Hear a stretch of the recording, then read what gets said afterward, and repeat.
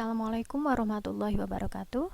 Baik, sekarang kita belajar bahasa Indonesia.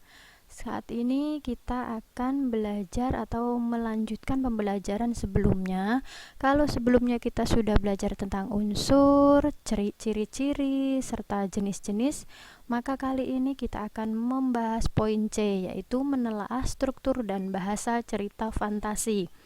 Yang pertama, ada yang namanya struktur. Struktur dalam cerita fantasi itu ada 3, apa saja? Ada orientasi, komplikasi, dan resolusi.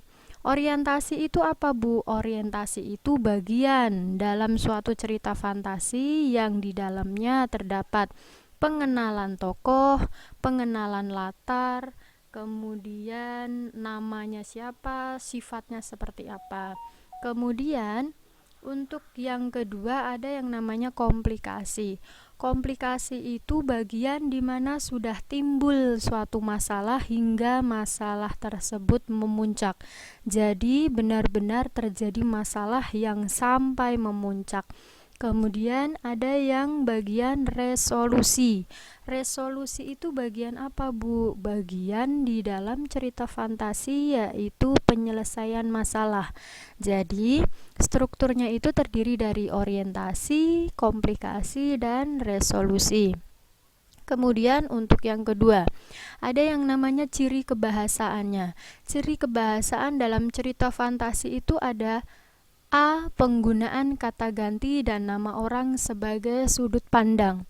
Bisa pakai aku, mereka, dia, Erza, dan lain sebagainya. Yang B. Penggunaan kata yang mencerap indera untuk mendeskripsikan latar. Bisa latar tempat, waktu, dan suasana. C. Menggunakan pilihan kata dengan makna kias dan makna khusus. Jadi, pilihan katanya itu ada yang makna kiasan, ada yang makna khusus. Kemudian, yang D. Kata sambung penanda urutan waktu. Bisa contohnya setelah itu, akhirnya, dan lain-lain. Kemudian yang poin E, penggunaan kata atau ungkapan keterkejutan, misalnya tiba-tiba atau tanpa diduga, dan lain-lain. Yang terakhir, penggunaan dialog atau kalimat langsung dalam cerita. Jadi dalam suatu cerita fantasi itu ada ciri kebahasaannya, diantaranya ada kalimat langsung. Nah, kalimat langsung itu tandanya ada apa, Bu? Biasanya ada tanda titik atau tanda petik 2. Nah, jadi ada tanda petik 2 itu namanya atau menandakan kalau itu kalimat langsung. Kemudian poin yang kedua, menyajikan cerita fantasi. Dalam menyajikan cerita fantasi itu ada langkah-langkahnya. Jadi langkah-langkah menulis cerita fantasi itu ada 4. Yang pertama, temukan dulu ide penulisannya. Jadi idenya ditemukan dulu, kira-kira mau menulis apa. Kemudian yang kedua, penggalian ide cerita fantasi dari membaca. Jadi banyak-banyaklah membaca agar ide cerita itu bisa muncul di imajinasi kalian.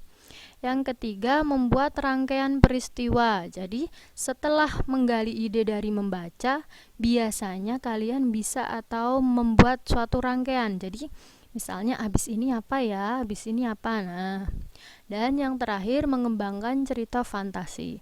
Jadi kalau sudah menemukan ide, menggali ide dari membaca, membuat rangkaian, bisa dikembangkan untuk dijadikan cerita fantasi. Sekian penjelasan dari Ibu. Terima kasih semuanya. Assalamualaikum warahmatullahi wabarakatuh.